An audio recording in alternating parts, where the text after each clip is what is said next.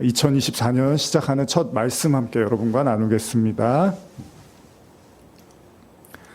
2024년 1월 7일 신년 주일 예배의 첫 번째 말씀입니다. 우리 다 찾으실 말씀은 요한복음 4장 24절 말씀입니다. 요한복음 4장 24절 말씀입니다. 그러면 요한복음 4장 24절 말씀, 올해의 말씀입니다. 여기 앞에도 이제 표로 제가 이렇게 현수막으로 이제 뽑아왔는데 같이 여러분과 말씀을 함께 나누고자 합니다.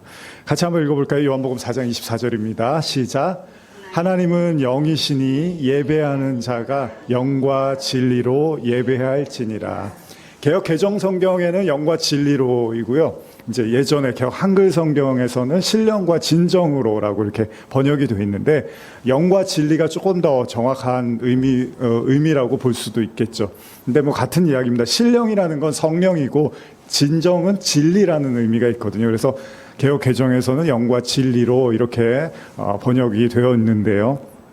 자, 이제 2024년을 시작하면서 올 한 해 우리 교회 주제의 말씀이기도 하고요. 제가 대주제를 신앙 기초 다지기라고 했습니다. 그래서 오늘부터 이제 이 예배와 관련된 말씀 나눈 이후에 고린도 전서 말씀을 중심으로 해서 이제 신앙 기초에 대해서 우리가 좀 탄탄히 다지고, 아까도 다 말씀하신 것처럼 믿음을 더욱더 굳건히 하고 싶으시다는 말씀을 하셨으니까 우리가 신앙의 이제 초석을 좀 단단하게 좀 다지자는 의미에서 올 한 해 이렇게 좀 말씀을 시작해 보려고 합니다.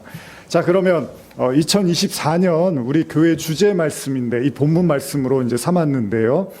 그러면 한번 이제 생각해 보는 거예요. 예배, 예수님이 이제 예배를 신령과 진정으로 영과 진리로 예배해라 이렇게 말씀을 하시는데, 이 예배라는 게 뭘까? 오늘은 그런 얘기를 여러분과 한번 나눠보고 싶습니다. 자, 신앙생활 하면서 저와 여러분들이 동시에 신앙생활을 시작하면서 접하게 되는 게 예배죠. 그리고 지금까지 또 들여오고 있는 게 바로 예배라는 거잖아요. 그래서 예배라는 말은 그렇게 어렵거나 생소하게 들리지는 않습니다. 여러분, 예배하면 떠오르는 말들 있잖아요. 어떤 예배 있죠? 주일 예배, 새벽 예배, 금요철야 예배, 뭐 수요 예배, 구역 예배, 헌신 예배, 뭐 기타 등등 예배라는 말이 굉장히 많이 쓰여지고 있죠. 수많은 예배를 우리가 드리고 있고 들어왔습니다. 신앙생활에서 빠질 수 없는 요소이기도 하고요. 또 구약의 10계명에 보면은 안식일을 거룩하게 지키라는 이 계명이 있잖아요.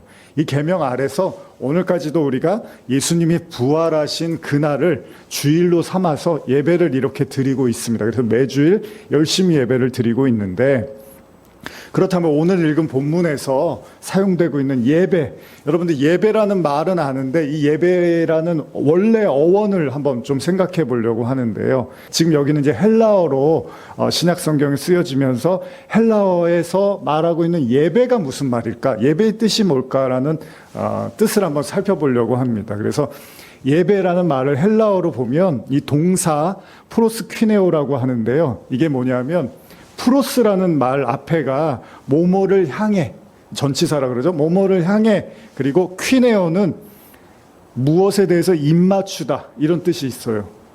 그러니까 프로스퀴네오는 뭐죠? 뭐뭐를 향해서 입을 맞추다라는 의미가 있습니다. 이게 대부분의 이제 학자들의 견해가 그런데 뭐뭐를 향하다, 이 헬라 역사 이전에 시대에 행해진 그 제의의식을 보면 이제 이런 어떤 입맞춤이라든지 이런 것들을 이제 볼 수가 있는데, 그런 것들과 관련해서 이제 해석을 할 수 있다는 거죠.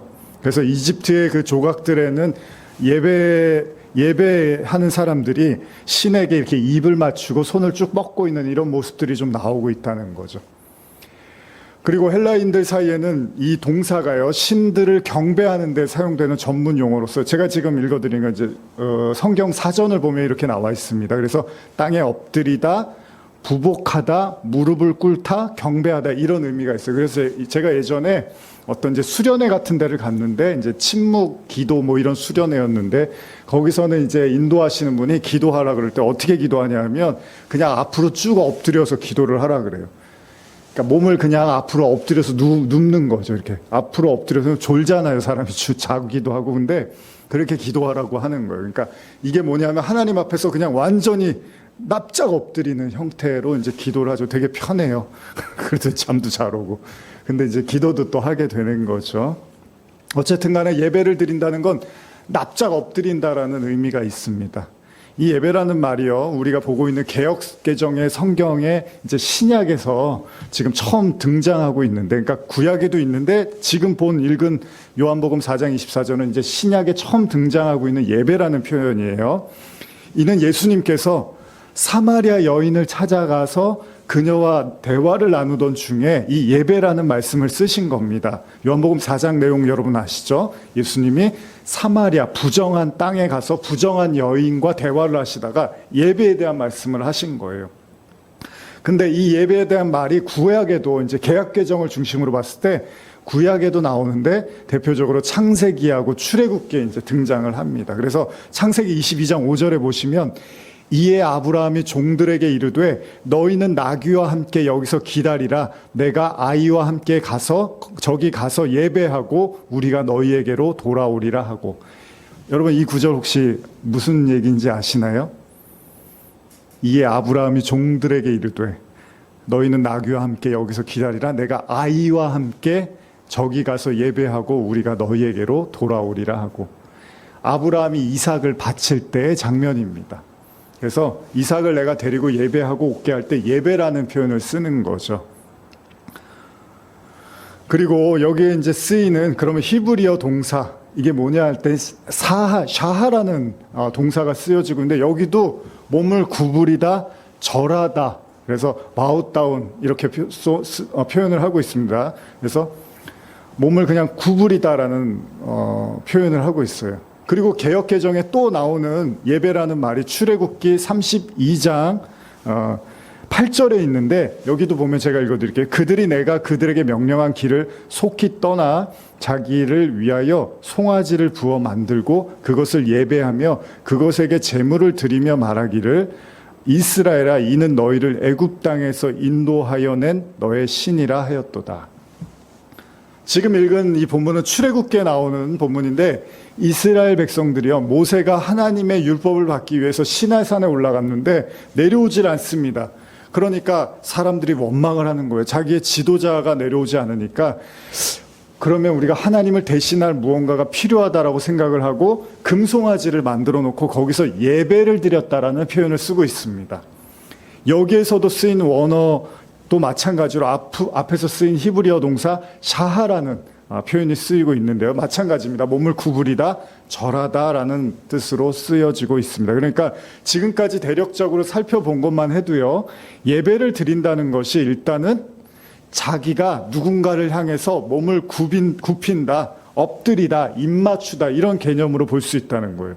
그건 뭐죠, 여러분? 우리가 누군가에게 몸을 굽히고 엎드린다는 건 존경심이나 경외심 혹은 경배, 찬송 이런 의미까지 우리가 볼 수 있잖아요. 그럼 그렇게 생각해 보면 예배라는 걸 너무 복잡하게 생각할 필요는 없다는 거죠. 고개를 숙이거나 엎드리거나 절을 한다는 건 누가 들어도요. 그 상대방에 대해서 상당한 경외심을 갖고 있다라는 얘기고 그래서 자기를 이렇게 낮추는 거잖아요. 문제는요. 하나님이 사람의 겉모습만 보시는 분이 아니라는 거잖아요. 그러니까 마음의 문제도 있습니다. 그래서 예수님이 신령과 진정이라는 걸 말씀하시는데 이 신령과 진정은 마음의 문제도 이야기를 하시는 거잖아요. 그러니까 예를 들면요. 제가 예전에 이제 고등학교 때 찬양이나 이런 거를 이렇게 많이 했었는데 그때 이제 좋아했던 찬양 지금도 많이 부르죠. 우리가 내 손을 주께 높이 듭니다. 이 찬양을 많이 하잖아요. 근데 이 찬양을 이제 시작할 때 어떻게 하죠? 내 손을 주께 높이 듭니다. 이렇게 하는데, 근데 여러분들이 이 찬양하실 때 이렇게 손을 드시나요? 내 손을 주께 높이 듭니다. 근데 우리 잘 안 들잖아요. 들고 하시는 분들도 있지만 찬양하다가 감동이 되면 이렇게 들기도 하고 아니면은 찬양할 때 원래 손 드시는 분도 있어요. 저도 약간 그런 편인데 그런 경우가 아니고서는 내 손을 주께 높이 이렇게 하는 경우들은 또 많지가 않죠. 물론 우리가 찬양에 나오는 가사를 다 실제로 적용시키고 몸으로 행할 수는 없습니다. 엎드려 절하세 이런 찬양하면 엎드려서 절하면서 찬양하지는 않잖아요. 근데 한번 생각을 해보면 예배가 갖는 몸을 굽히다, 엎드리다, 입을 맞추다 이 등등의 이 뜻을 생각해 보면요. 어쩌면 다시 한번 우리 모두가 예배를 드리는 사람으로서의 이제 자세를 생각해 볼 필요는 있다는 거죠. 사실 요즘요, 사람들이 예배를 이제 많이 드리잖아요. 드리는데 예배를 드리는 거에 있어서 사람들이요, 하나님께 내가 예배를 드린다는 개념보다는 많은 사람들이 예배를 통해서 감동을 받고 싶어 하는 그런 경향이 큽니다. 현대의 어떤 성도들의 특징이라고 볼 수 있어요. 그래서 어느 때인가부터 사람들이 예배를 드린다는 것에 대해서 찬양을 통해서 감동을 느낀다거나 아니면 찬양을 통해서 카타르시스라 그러죠. 막 뜨겁게 찬양하면, 여러분 노래방에서 노래 뜨겁게 부르면 막 시원하잖아요. 어떤 사람들은 찬양하면서 이제 그런 걸 느끼기도 하는 거예요. 진짜 하나님을 잘 몰라도 그냥 노래를 크게 부르면 시원하거든요, 속에. 그래서 그런 감동을 느낀다거나 아니면 설교를 듣고 소위 나한테 필요한 이야기를 한 것 같아. 뭔가 나한테 이거는 맞는 말씀 같아. 이럴 때 이제 은혜를 받는다라는 표현을 쓰는데, 이게 다 생각해 보면 이제 개인의 감정을 중심으로 해서 예배를 이해하려고 하는 경향이 높아졌다는 사실을 우리는 부인할 수는 없습니다. 무슨 말인가 하면요, 원래 예배는요, 자신이 경배해야 될 대상을 향해서 먼저 자기를 낮추고 굽히면서 그렇게 나아가는 행위를 예배라고 해요, 원래는. 그런데 어느 때부턴가 오히려 예배의 주체가 자기 자신이 돼서 내 감정이나 기분이 굉장히 예배를 드려서 좋아졌다, 마음이 시원해졌다, 그런 이야기, 그 예배에 성공했다, 이런 표현도 쓰는데, 근데 진짜 예배의 성공은 뭐죠? 하나님 앞에 우리를 이렇게 낮추는 걸 성공한 건데, 내 예배 드리고 힘이 나, 마음이 시원해졌어, 기분이 좋아졌어, 이제 이런 걸 우리가 예배에 성공했다고 생각하기도 한다는 겁니다. 거의 20년 전이었던 것 같은데, 그 당시에 이제 좀 이렇게 유명했던 책 중에 하나가 A.W. 토저가 쓴 책 중에 예배인가 쇼인가라는 제목의 책이 있었어요. 그래서 오래전에 제가 읽어서 기억은 잘 나지 않지만 이런 얘기입니다. 저자는 오늘날의 이 기분, 그 당시에 2000년대 초반이니까 기분과 감정을 중요시 여기면서 소위 영적인 카타르시스를 맛보고자 예배를 이용하는 사람들의 모습을 이제 비판하고자 했던 그런 책이었습니다. 사실 저도 돌아보면요, 그런 생각을 가졌던 때가 있었던 것 같아요. 제가 10대 후반 그리고 20대에 굉장히 찬양 집회를 열심히 다녔었는데, 마음이 너무 힘들 때마다 찬양 집회를 가면 그렇게 힘이 나더라고요. 지금 생각해보면 그 모임에 가는 이유는요, 물론 예배를 드리는 거잖아요. 찬양 예배를 드리는 건데, 하지만 소위 제가 복잡하고 힘든 마음에 그 예배를 가면 위로와 은혜를 받기 위함도 컸습니다. 그러니까 제가 저를 낮추고 하나님을 높이고 그렇게 예배 드리려고 갔다기보다는 뭔가 가면 문제가 해결될 것 같으니까 갔습니다. 다시 말하면 하나님을 경배하고 예배드리기 위한 마음이 우선시 됐던 게 아니라, 일단 그 모임에 가면 울 수가 있어요. 막 펑펑 울 수가 있었어요. 찬양하다가 그냥 눈물이 확 쏟아지고, 또 뭔가 마음에 잘 풀리지 않는 그 생각과 마음들이 뭔가 거기에 가고 나면 굉장히 큰 위로가 되고 안식이 되는 걸 느낄 수 있었던 거죠. 그러다 보니까 어떤 제가 버릇이 생기냐 하면, 그 모임에 갈 때마다 이제 예배 인도를 누가 하느냐에 따라서 제 생각과 태도가 바뀌기 시작하는 거죠.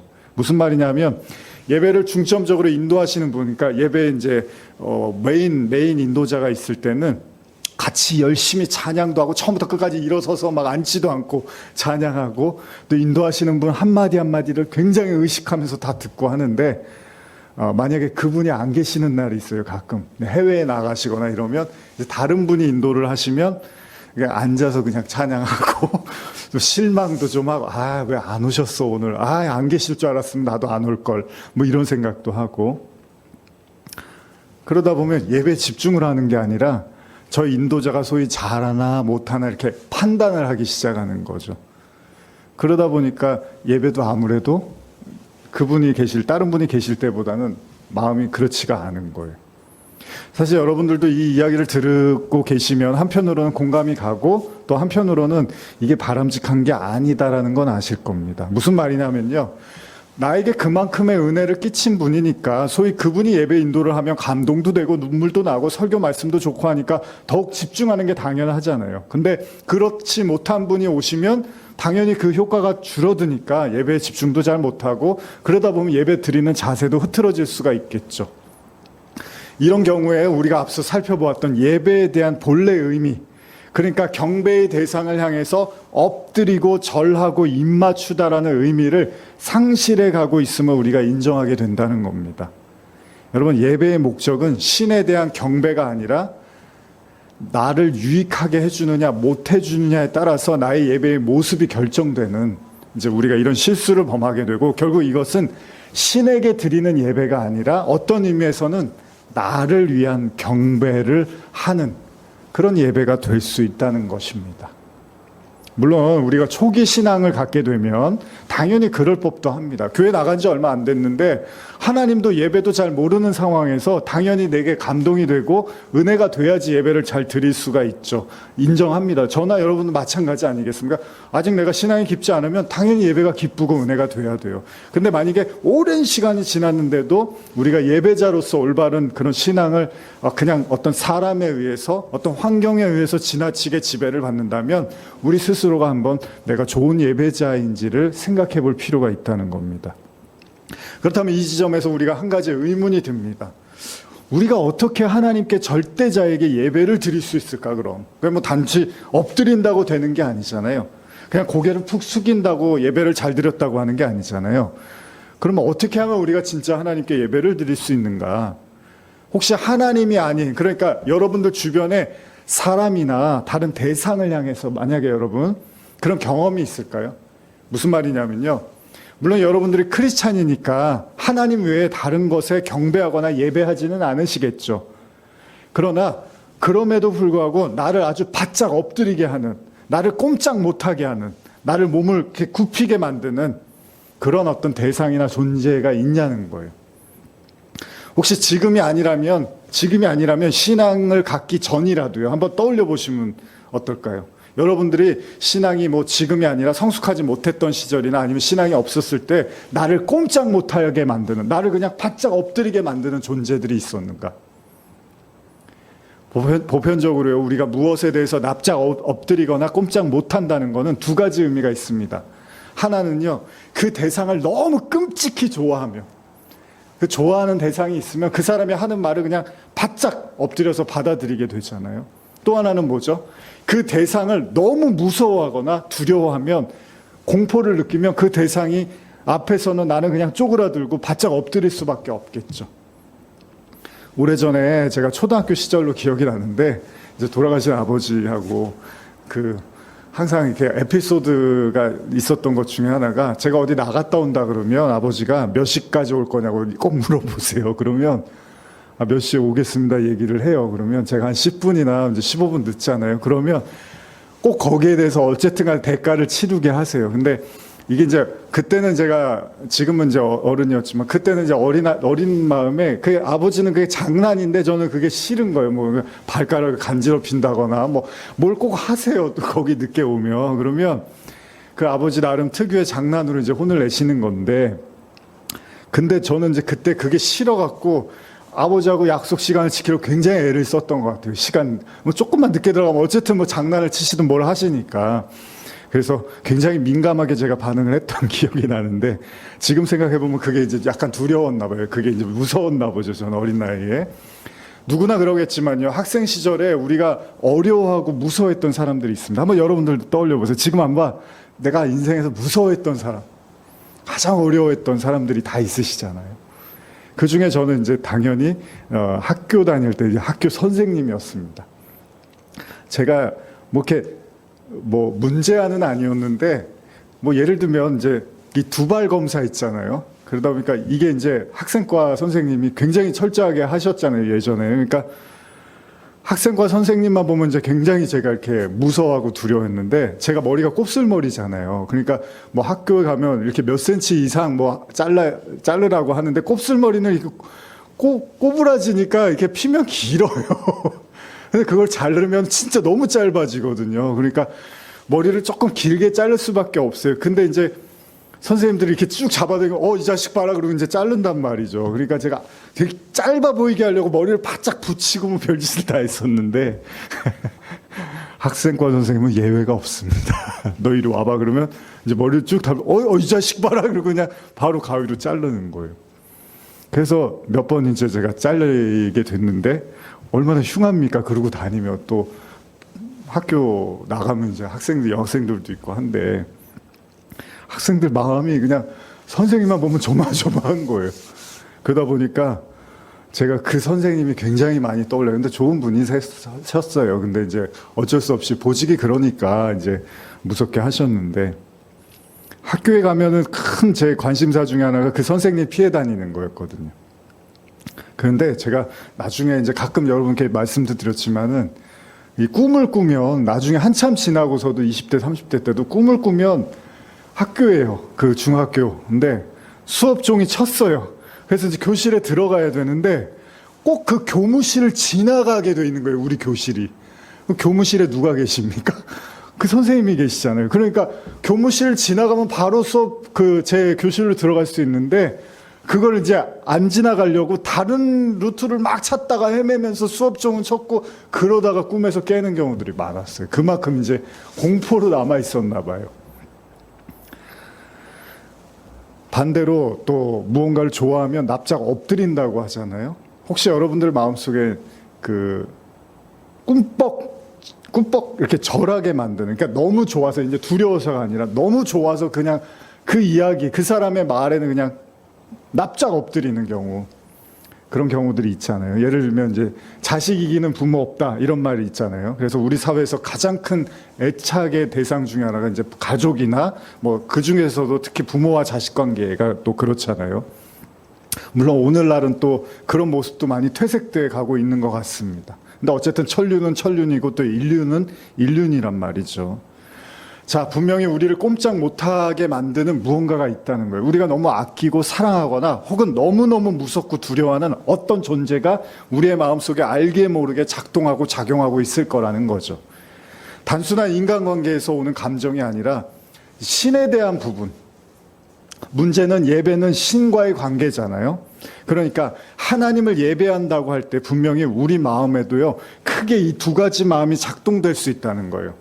자, 하나님을 뜨겁게 사랑하거나 너무나 하나님에 대한 간절한 열정이 있거나 또 반대로 하나님이 너무 무섭거나 공포스러워서 하나님을 경외할 수도 있다는 거죠. 여러분은 어떠십니까? 여러분들이 예배해야 되는 이유가 하나님을 너무 사랑해서입니까? 아니면 하나님 말 안 들었다가 뭔가 큰일이 날 것 같은 두려움 때문인가요? 어쩌면 우리가 신앙을 갖는다는 의미를 생각할 때, 그러니까 여러분들이 왜 하나님을 믿는가에 대한 질문을 떠올릴 때요, 여러 가지 이유와 경험이 뒷받침되겠지만 또 좀 단순한 질문을 던진다면 여러분들은 왜 하나님을 믿으실까요? 예를 들면 부모님이나 가족이 믿으니까, 아니면 주변에서 이렇게 믿으라고 하니까, 아니면 친구나 지인을 따라갔다가 교회를 나가게 됐거나, 혹은 이런 사람도 있습니다. 어떤 절대자인 초월적인 존재에 대한 믿음이 필요하다, 의존을 해야겠다라는 생각으로 교회를 나가는 사람도 있습니다. 여러 가지 이유가 있습니다. 그러니까 좀 더 본질적으로 신앙의 이유를 생각해 본다면 아마도 천국에 가고 지옥에 가기 싫거나 살아가는데 신적인 어떤 도움이 필요하다고 느끼거나, 아니면 하나님이 진짜 이 세상을 창조했다는 사실을 인정하고 믿거나, 아니면 성경이 진짜라고 믿거나, 아니면 교회에 오는 사람들을 보면 기분도 좋아지고 만나고 친교를 하고 또 밥도 먹고 하면 삶의 활력도 되니까, 뭐 여러 가지 이유가 있을 수 있다는 거예요. 그럼 여러분들의 진짜 신앙의 이유는 뭘까요? 사실 이 질문에 대해서 우리가 진지하게 답을 찾아가 본다면 우리는 예배와 연결지어서 생각해 볼 수 있다는 겁니다. 그러니까 예를 들면요, 제가 자주 드는 예이지만 구약의 사무엘상을 보면은 사울 왕이 등장을 하잖아요. 이 사울 왕이 하나님께 버림을 받습니다. 그렇죠? 근데 버림을 받는데 왜 버림을 받냐 하면 하나님께 제사를 드리다가 버림을 받았는데 뭐였죠? 하나님이 하지 말라고 했는데, 전쟁을 하고서 어떤 전리품도 취하지 말라고 했는데 사울이 거기서 제일 좋은 걸 가져다가 하나님께 제사를 드렸는데 하나님이 그걸 가지고 사울을 버리셨다는 거죠. 그래서 이 얘기를 한번 제가 읽어드릴게요. 잘 아시는 내용인데 현대어로. 사무엘상 15장 20절인데요. 그러나 사울은 여전히 변명하였다.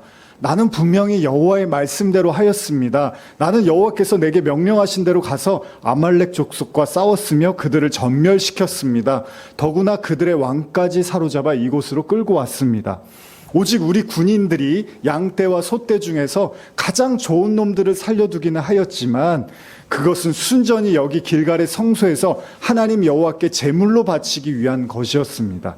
그런데도 사무엘이 또다시 사울을 책망하였다. 여호와께서 무엇을 더 좋게 보실지 스스로 판단해 보시오.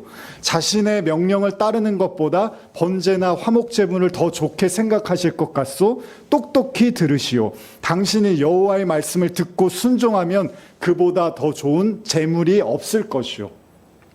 여호와의 말씀을 거역하는 것은 점쟁이의 속임수와 같고 여호와의 말씀보다 자기의 고집을 내세우는 것은 우상 숭배와 같은 죄악이요.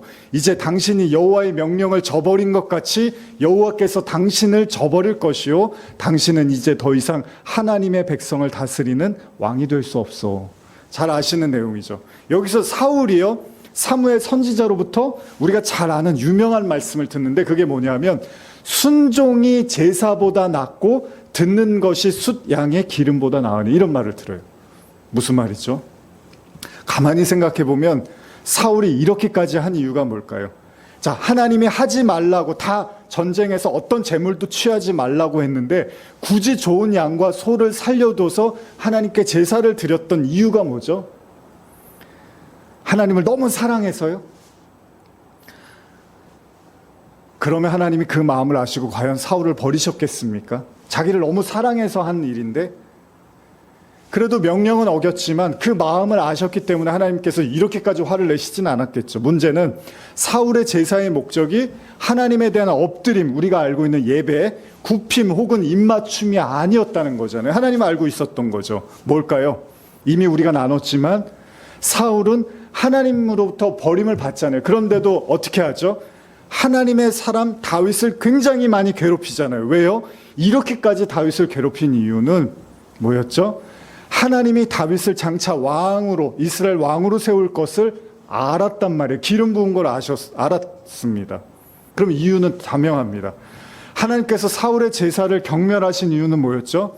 좋은 재물을 가져와서 제사를 드리려고 했던 사울을 버리기까지 하신 이유는 하나님에 대한 경외나 경배가 아니라 자신의 왕위를 유지하기 위해서 하나님께 잘 보이고 싶었던 거예요.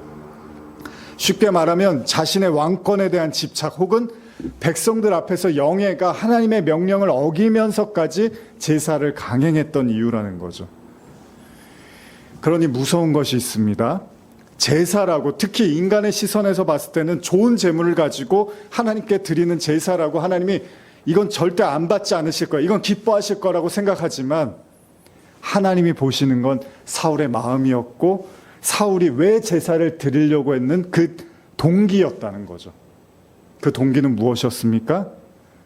왕으로 사는 것을 유지하고 싶었던 마음이었고 하나님은 이걸 가능하게 해줄 거라고 믿었던 거죠, 사울이.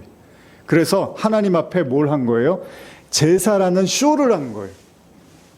하나님의 눈속임을 하고 싶었던 거죠. 엄밀히 말하면 사울은 하나님에 대한 경외심이 아니라 물질과 소유에 대한 집착을 가지고 하나님께 예배를 드리고 싶었다는 겁니다. 그래서 사무엘이 뭐라고 합니까? 제사보다, 예배보다 더 중요한 게 있다는 거예요. 그게 뭐라고요? 순종이 제사보다 낫다는 말을 여기서 씁니다. 이게 굉장히 중요한 말씀이거든요. 사실은 제가 이 말씀하고 올해의 표요 말씀과 이렇게 견주었던 말씀이 바로 이 말씀이었어요. 순종이 제사보다 낫다. 왜? 신령과 진정으로 예배를 드리는 게 맞는데 그 예배보다 더 중요한 게 뭐냐면 순종이라는 거예요. 하나님의 말씀을 여러분들 듣고 그걸 따라가는 게 예배보다 더 중요하다고 지금 사무엘이 말하고 있습니다. 사울의 교훈처럼요, 자신의 욕망을 성취하기 위한 도구로서 드리는 예배는 하나님도 가만히 계시지 않고 오히려 이 예배를 드림으로써 하나님과 더 멀어지게 될 수도 있다는 겁니다. 그러니까 우리가 이런 이야기를 가볍게만 듣기에는 왠지 모를 쓴 웃음이 지어집니다. 왜냐하면 우리도 때때로는요, 우리의 그 어떤 걸 성취하기 위한 방법으로 예배를 드리기도 하잖아요. 저도 그렇고 여러분도 그렇고, 뭔가 예배 잘 드리면 하나님이 잘 풀리게 해주시겠지, 뭔가 예배를 잘 드리면 이 기도를 들어주시지 않을까, 이런저런 생각들을 우리가 예배를 드릴 때가 많이 있단 말이죠. 그래서 나온 게 뭐죠? 일천번제. 1000번 동안 예배를 드리면 1000번의 예배를 드리면 하나님이 들어주신다 그래서 정말 천일을 작정하고 예배 드리는 사람도 있습니다. 뭐 새벽이나 저녁에. 그리고 뭐 작정 기도회 있죠. 40일 작정. 우리 교회 뭐 그런 거 하면 어떻게 오실런지 모르겠지만 또 며칠 금식 한 7일 보통 이제 예전 분들은 뭐 40일까지 금식을 하셨단 말이죠. 이런 기도 저도 이제 너무 힘들 때는 그렇게 금식하면서 기도를 해요. 제가 고등학교 때는 한 석 달 정도 이제 오전 금식을 했었습니다. 오전 금식. 그때 이렇게 기침을 많이 하더라고요. 폐가 나빠졌는지. 아침을 안 먹고 하니까. 근데 뭔가를 성취하기 위한 마음으로 예배를 드리는 경우도 있습니다. 근데 그게 어떻게 보면 되게 순수하고 열정 같은데 또 잘못 보면요. 하나님한테는 모든 경우를 다 싸잡아서 비난할 수는 없지만 고집을 끝까지 하나님께 부리는 것처럼 보일 수도 있다는 거죠. 하나님이 아니야 라고 말씀하셨는데 내가 고집으로 한번 하나님을 꺾어보겠다라는 그런 시도가 될 수도 있다는 거죠. 진정한 예배의 가치가 뭘까요? 이제 말씀을 마무리하겠습니다. 예배의 가치, 예배의 의미는 뭘까요? 예배는 나를 하나님께 설득시키는 게 아니라 그러니까 내 의지나 고집이나 혹은 나의 소원을 하나님께 관철시키는 게 아니라 기도는 그렇게 할 수 있겠지만 예배라는 건 내가 그분의 말을 듣고 내 고집을 꺾고 내 소원보다 하나님의 뜻을 받아들이고 이런 마음들을 가질 수 있어야 된다는 거죠. 아까 그래도 우리 성도님들 기도 제목 나누실 때 다 보면은 어떤 개인적인 어떤 물론 기도 제목도 중요하지만 다들 보시면은 신앙과 하나님과의 관계를 주로 말씀하시는 것 같아요. 아니면 타인에 대한 전도나 그런 것들이 사실 굉장히 중요한 거죠. 다시 말하면 우리가 그분 앞에 우리를 엎드리고 굽히고 경배하는 것은 내가 주체가 아니라 하나님이 예배의 주체이고 경배의 대상으로 인정해야 된다는 거고요. 예배의 주인이 내가 아니라 하나님이라는 거예요. 나를 관철시키고 내 기분과 내 마음과 내 생각을 좋게 하는 게 예배가 아니라 나를 하나님이 나를 이렇게 받아들이고 하나님을 내가 받아들일 수 있는 이런 과정이라는 겁니다. 이러한 가운데서 예수님은 오늘 사마리아 여인에게 말씀하십니다. 예배하는 자는 영과 진리로 예배해야 된다. 이게 이제 중요한 메시지잖아요. 예배하는 자는 영과 진리로, 신령과 진정으로. 자, 여러분들 이 말의 뜻을 생각하시면 어떻게 예배하라는 얘기일까요? 신령과 진정으로. 그냥 대충 진지하게 하라는 거, 이 정도 우리가 생각할 수 있는데 좀 더 깊이 한번 생각해 보고 싶어요. 도대체 영과 진리로, 신령과 진정으로. 여러분들이 그동안 오랫동안 예배를 드려오셨는데 어떠십니까? 신령과 진정으로 예배 드리십니까? 영과 진리로 예배 드려오셨습니까? 만약 그랬다면 한 번 더 우리가 신앙의 기초를 다지면서 이 말씀을 생각해 봤으면 좋겠어요. 이 말뜻의 진짜 의미는 뭘까요? 다음 시간에 계속해서 나누겠습니다. 기도하시겠습니다. 하나님 아버지, 우리가 예배에 대한 말씀을 2024년 새로운 표어로 삼고 신령과 진정으로 하나님께 나가기를 원합니다.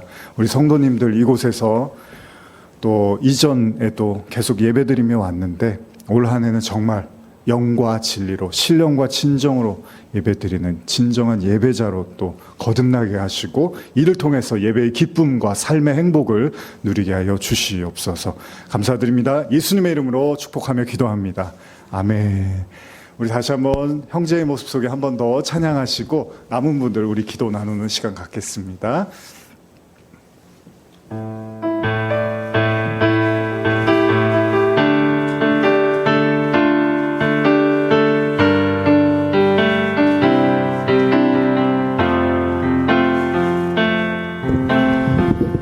형제의 모습 속에 보이는 하나님 영상 아름다워라. 존귀한 주의 자녀 됐으니 사랑하며 섬기. 우리의 모임 중에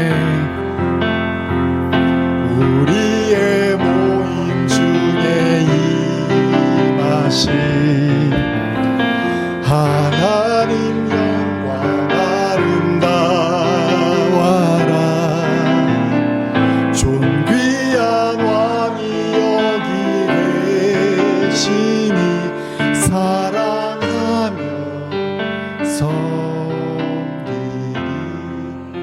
첫 번째 주자로는 반주하고 있는 우리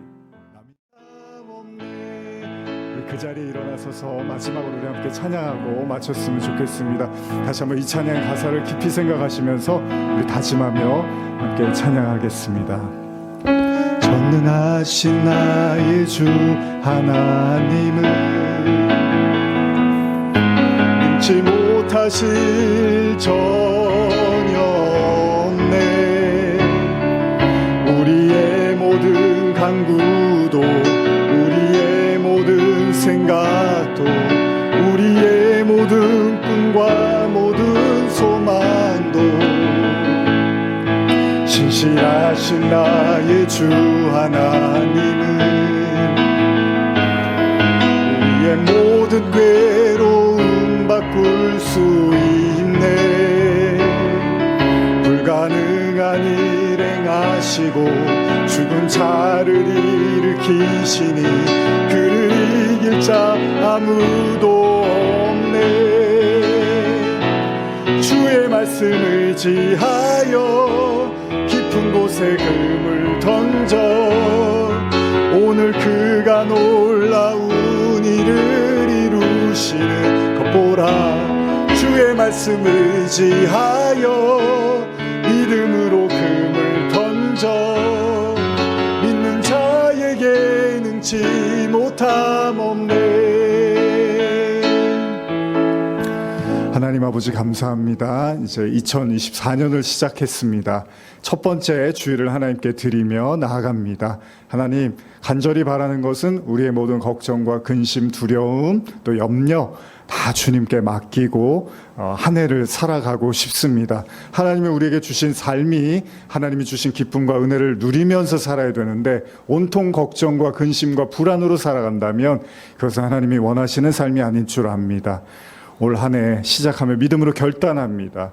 내가 할 수 있는 한 더욱더 주님께 맡기고 의지하며 살겠습니다. 지금 두려워하고 걱정하는 모든 것들도 조금씩 주님께 맡기며 믿음으로 살아가기를 원합니다. 주님, 우리를 축복하시고 함께하여 주시옵소서. 지금 우리 주 예수 그리스도의 은혜와 하나님 아버지의 사랑과 성령의 교통하심이 신령과 진정으로 하나님 앞에 우리 자신을 낮추고 엎드리며 예배의 주체가 내가 아니라 하나님이심을 기억하며 순종이 제사보다 낫다고 말씀하신 것처럼 내가 예배도 드리지만 그 하나님의 말씀을 청종하고 따르기를 원합니다. 각오하고 다짐하고 결단하며 이 자리에 모인 모든 성도들 머리 위에 지금부터 영원히 함께 있을지어다. 아멘.